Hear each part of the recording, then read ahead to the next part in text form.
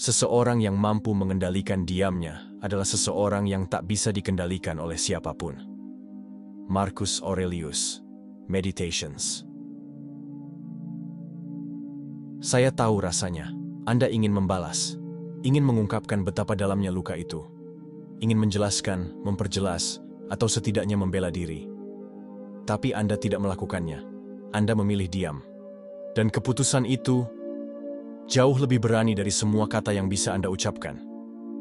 Bukan karena Anda lemah, tapi karena Anda belajar bahwa dalam dinamika kekuasaan emosional, kadang yang tidak bicara justru memegang kendali. Diam adalah kekuatan yang tidak dipahami banyak orang.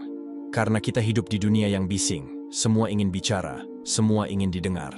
Maka, ketika Anda menarik diri dari kebisingan itu, Anda menjadi sesuatu yang langka, reflektif, tak terprediksi, tak tergoyahkan. Dan yang menarik, reaksi paling jujur seseorang justru muncul ketika Anda berhenti menjelaskan. Halo semuanya, kembali lagi bersama saya di Stoik Muda. Sebelum kita mulai, izinkan saya mengajak Anda melakukan satu langkah sederhana. Klik subscribe dan aktifkan lonceng notifikasi. Terima kasih untuk support Anda. Pertama, saat Anda diam, mereka mulai mendengar suara mereka sendiri. Kita terbiasa mengendalikan narasi, menjawab, menanggapi, memperbaiki. Tapi stoikisme mengajarkan, kita hanya mengendalikan respon kita, bukan reaksi orang lain. Bukan hal-hal yang mengganggu kita, tetapi penilaian kita terhadap hal-hal itu. Epictetus. Dan begitu Anda memilih diam, Anda menghilangkan pijakan dari orang yang biasa bersandar pada Anda. Mereka mulai bertanya-tanya, apakah dia marah? Apakah dia menyerah? Atau apakah dia sudah tidak peduli? Tiba-tiba, keheningan Anda menjadi teka-teki. Sebuah ruang kosong yang memaksa mereka menghadapi kenyataan bahwa Anda tidak lagi menyesuaikan diri dengan ritme mereka. 2. Manusia takut pada kekosongan yang tak bisa dia kontrol. Mereka tidak akan mengatakannya, tapi di dalam pikirannya, kegelisahan mulai tumbuh. Seseorang yang terbiasa mendapat reaksi dari Anda, kini merasa seperti berjalan di atas es tipis.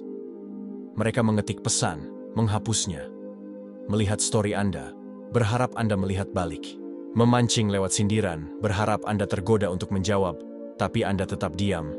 Dan diam Anda lebih menyakitkan daripada kata-kata kasar manapun. Karena diam Anda bukan penolakan yang impulsif. Itu adalah keputusan sadar untuk tidak ikut bermain dalam permainan emosi mereka. Kita paling ditakuti saat kita tidak lagi merespons. Ketiga, diam Anda mengungkap ketidakmatangan mereka. Ketika Anda berhenti memberi validasi, mereka mungkin mulai menguji, mengunggah sesuatu yang Anda tahu diarahkan pada Anda, mendadak jadi aktif di media sosial, atau bahkan terlihat bahagia. Tapi di balik semua itu, ada ketakutan eksistensial. Apakah aku masih punya efek pada dirinya? Stoikisme tidak mengajarkan kita untuk menjadi kebal perasaan, tapi ia mengajarkan kita untuk menjadi master dari respons kita sendiri, bukan budak dari emosi mereka. Dan saat mereka mencoba memancing Anda, mereka sebenarnya sedang menguji siapa yang lebih tenang, siapa yang lebih berjarak dari luka yang belum sembuh.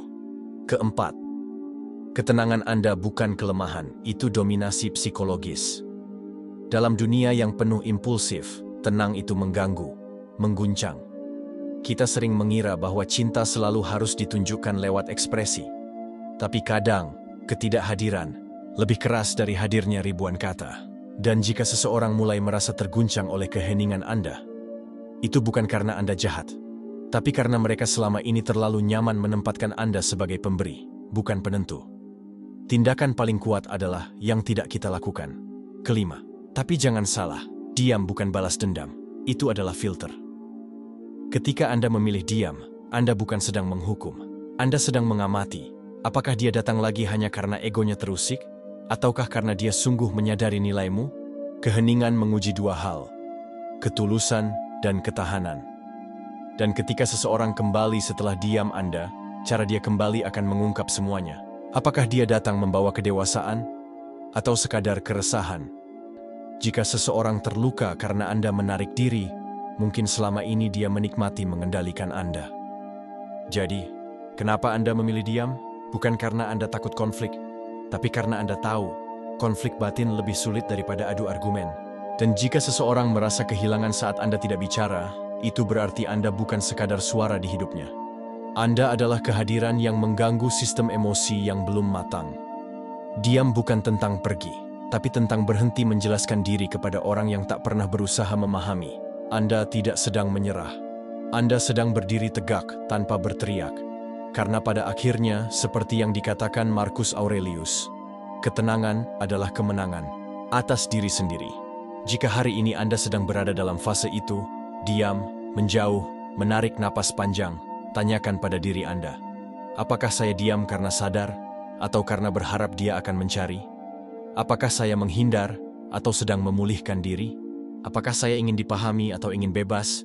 Keheningan bukan akhir, tapi ia bisa jadi awal dari hubungan yang lebih jujur, atau jalan keluar dari hubungan yang tak pernah adil. Dan jika suatu hari dia kembali, Anda sudah tahu caranya melihat dengan jernih. Siapa yang datang karena cinta, dan siapa yang datang karena kehilangan kontrol. Jangan lupa, Anda tidak perlu marah untuk menunjukkan harga diri. Cukup diam, dan biarkan waktu mengungkap siapa yang benar-benar peduli. Karena yang paling kuat adalah mereka yang tetap tenang saat bisa saja meledak. Jika narasi ini membuat Anda berhenti sejenak dan merenung, itu artinya Anda sedang menyentuh lapisan terdalam dari ketenangan Anda sendiri.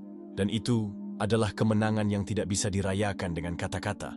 Jika video ini membantu Anda menemukan sedikit ketenangan hari ini, berikan tanda suka, tinggalkan komentar, dan bagikan ke teman yang mungkin membutuhkan. Dan jika Anda ingin terus belajar hidup dengan kesadaran dan kebijaksanaan, video berikutnya akan muncul di layar sekarang. Terima kasih telah menyempatkan waktu untuk menjadi lebih bijaksana hari ini. Sampai jumpa di video selanjutnya.